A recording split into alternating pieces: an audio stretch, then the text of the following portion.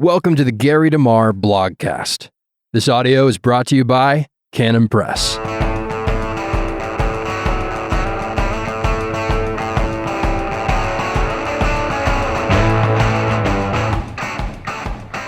Welcome to the Gary DeMar blogcast. The topic of today's entry is the separation of church and state, what it says and what it means. The final part of the Bible, the Constitution, and the jurisdictional separation of church and state. For a full transcript of this series, send an email to support@americanvision.org. Does the First Amendment require a secular government? Is the First Amendment violated when Christians apply biblical principles as they relate to the civil sphere to public policy issues? Too many debates over the meaning of the First Amendment are confused by a failure to cite accurately or comprehensively what the First Amendment actually says. Congress shall make no law respecting an establishment of religion or prohibiting the free exercise thereof, or abridging the freedom of speech or of the press, or the right of the people peaceably to assemble and to petition the government for a redress of grievances. An accurate interpretation of the amendment must include the following. There is no mention of the words church, state, or separation in the First Amendment.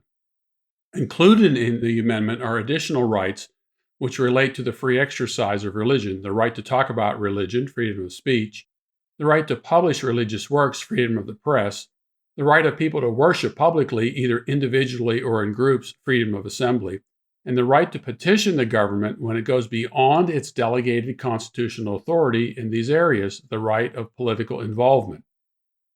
The prohibition in the First Amendment is addressed exclusively to Congress.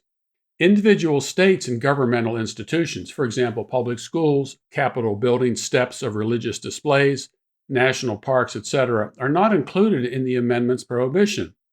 As clear as this is, some try to rewrite the First Amendment to fit their misconceptions about its meaning and implementation. One way is to make the amendment apply to the states, as in this example, I quote, "The First Amendment to the U.S. Constitution is the direct descendant of Jefferson's Virginia Resolution, and its words are quite clear. Congress, and by extension the states, shall make no law respecting the establishment of religion," close quote. If the constitutional framers wanted to include the phrase, "and by extension the states," they would have done so. Since the states insisted on including a Bill of Rights to protect them from Congress, why would they include an amendment that restricted their sovereignty?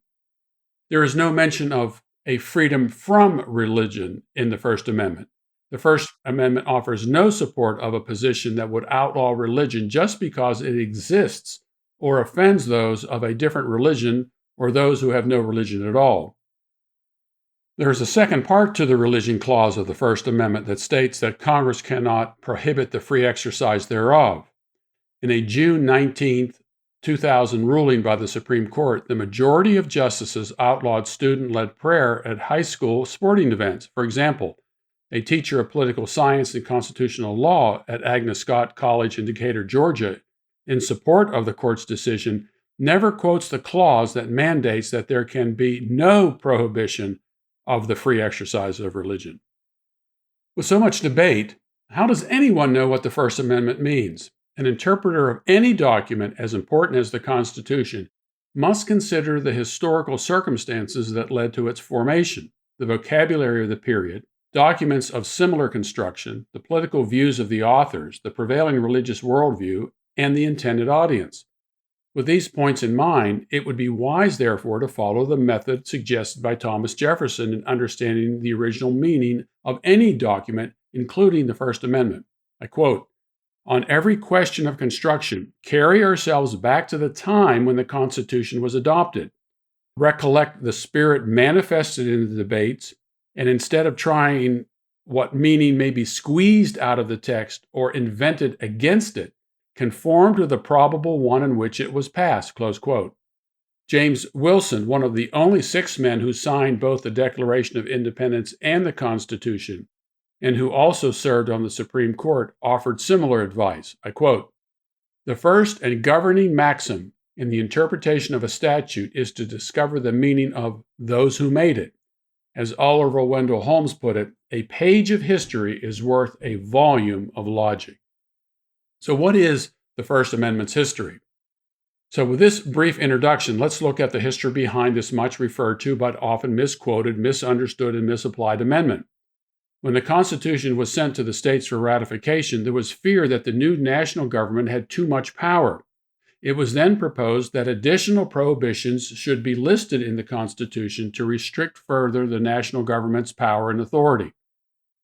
The area of religion was important enough that a number of the framers were concerned that the federal government would establish a national church, for example, an Anglican, Presbyterian, or Congregational, to be funded by tax dollars, and that a national church would disestablish some of the existing state churches.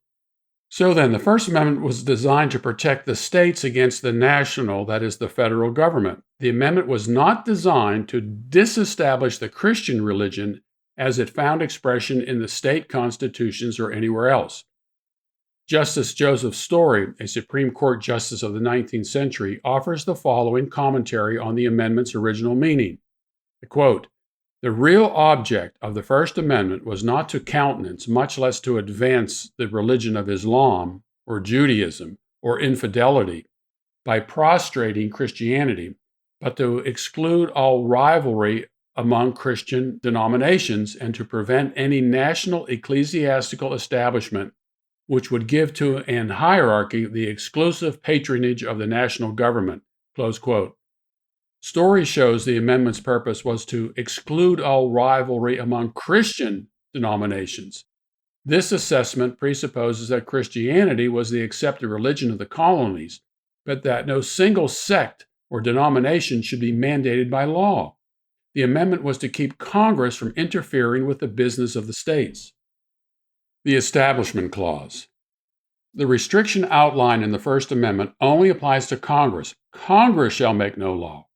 Writing the minority opinion in the 1985 Wallace v. Jaffrey case, Supreme Court Justice William Rehnquist stated, "The framers intended the Establishment Clause to prohibit the designation of any church as a national one.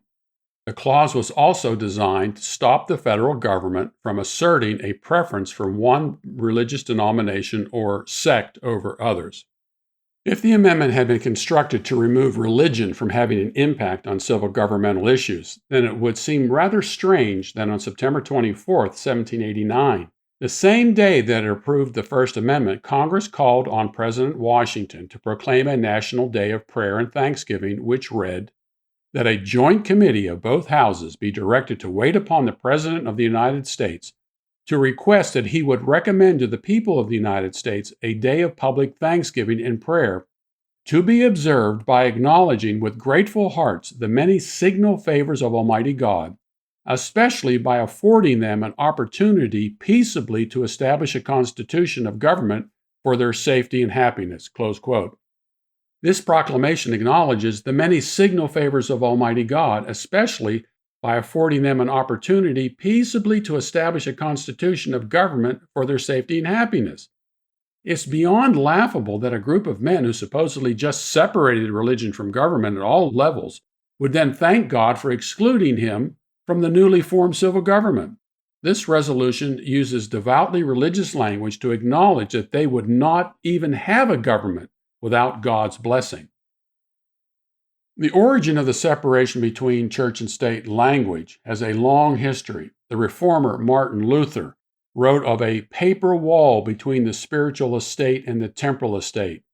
In his Institutes of the Christian Religion, John Calvin, also writing in the 16th century, asserted that the spiritual kingdom and the political kingdom must also be considered separately, because there is a great difference and unlikeness between ecclesiastical and civil power, and it would be unwise to mingle these two, which have a completely different nature.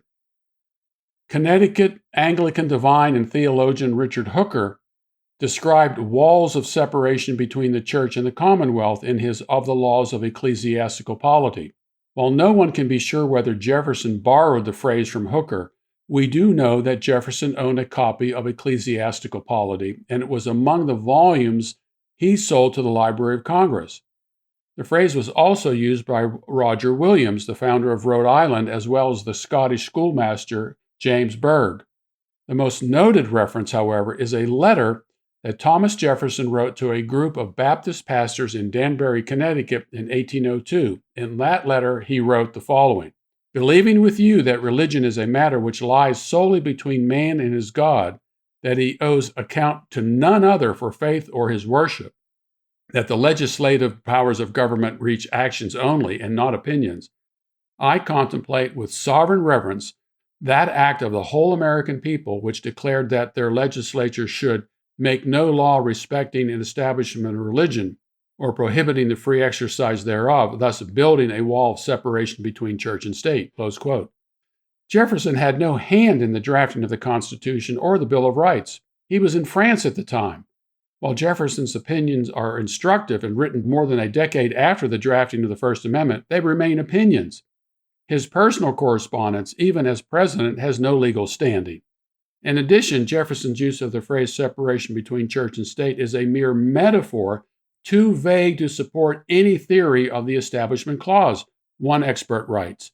Yet it is Jefferson's vague metaphor that has been adopted as the standard substitute for the actual language of the First Amendment, including the history of the First Amendment in terms of what the constitutional framers wanted.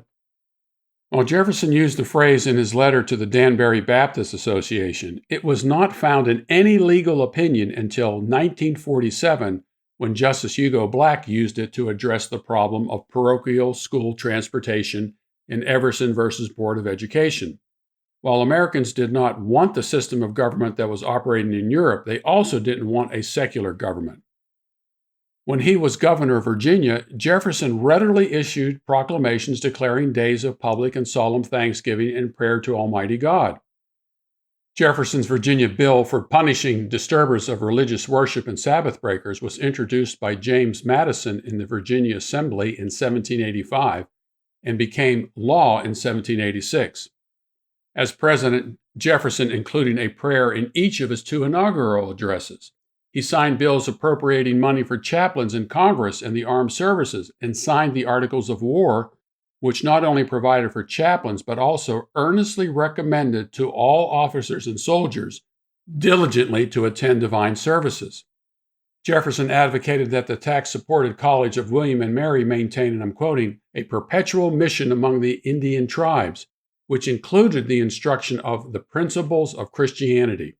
Jefferson's proposed curriculum for the University of Virginia included a provision for a professor of ethics who would present, and I'm quoting, "the proofs of the being of God, the creator, preserver, and supreme ruler of the universe, the author of all the relations of morality and of the laws and obligations these infer." While Jefferson was against ecclesiastical control of education, he was not against the teaching of religion in state-supported institutions. Along with Benjamin Franklin, Jefferson proposed that the design for the nation's seal should include the biblical image of Pharaoh's army being destroyed as it passed through the Red Sea. The banner, "Rebellion to tyrants is obedience to God," was to circle the overtly religious image. In his second inaugural address in 1805, Jefferson stated, "In matters of religion, I have considered that its free exercise is placed by the Constitution independent of the powers of the general government. I have therefore undertaken on no occasion to prescribe, that is, to stipulate, the religious exercise suited to it, but have left them as the Constitution found them, under the direction and discipline of the church or state authorities acknowledged by the several religious societies." Close quote. According to Jefferson, the federal, that is, the general government, has no jurisdiction over churches or state governments. Many contemporary writers attempt to read back into the past a wall of separation between church and state, which in fact never has existed in the United States. The meaning of the First Amendment, as history will attest, has nothing to do with separating the moral aspects of the Christian religion from civil affairs. The Northwest Ordinance of 1787, enacted by the Continental Congress and reenacted by the newly formed federal government in 1789, after it had agreed on the final wording of the First Amendment, stated that good government must be based on some moral foundation. I'm quoting, "Religion, morality, and knowledge being necessary to good government and the happiness of mankind, schools and the means of education shall be forever encouraged." Michael J. Malbin writes, The first Congress did not expect the Bill of Rights to be inconsistent with the Northwest Ordinance of 1787, which the Congress reenacted in 1789. One key clause in the ordinance explained why Congress chose to set aside some of the federal lands in the territory for schools. Religion, morality, and knowledge, the clause read, being necessary to good government and the happiness of mankind, schools and the means of learning shall forever be encouraged. This clause clearly implies that schools which were to be built on federal lands with federal assistance were expected to promote religion as well as morality. In fact, most schools at this time were church-run sectarian schools, close quote. Constitutional scholar Leo Pfeffer writes, "For all practical purposes, Christianity and religion were synonymous. Our founders never supposed that moral precepts founded on the Christian religion should be excluded from policymaking, even though they worked diligently to keep the institutions and jurisdictions of church and state separate. Strict separationists do not see the Northwest Ordinance as convincing evidence that the constitutional framers regarded religion, politics, and morality as an acceptable mix. Robert Boston, an absolute separationist, asserts that if the founders had wanted to support religion, the Northwest Ordinance would have ended this way: schools and churches shall forever be encouraged. Boston assumes that since the delegates did not call for the support of churches, that this meant that they were opposed to mixing religion and politics. The source of Boston's confusion comes from the tendency to employ the words church and religion as synonyms. To maintain that there must be a separation between church and state does not necessarily mean that there must be a separation between religion and state. I wonder how the ACLU would react to the Northwest Ordinance if its principles were applied to today's public schools. Lawyers would be immediately dispatched to assert that the ordinance was unconstitutional because it mixes religion and morality with public education. Those in Jefferson's day did not find a problem with this combination, either constitutionally or practically. In conclusion, the First Amendment provides a legal separation between church and state, not a moral or a spiritual separation. There is no reason under the Constitution of the United States why the principles of Christianity cannot pervade the laws and institutions of the United States of America. Today's Christian political activists are not calling on the state to establish churches, force people to attend church, or pay for the work of the church. They are simply maintaining that we cannot have good government without a moral foundation, and that moral foundation resides in the Christian religion. Thank you for listening to the Gary DeMar Blogcast. For more from Gary and American Vision, check out the American Vision collection in the Canon app.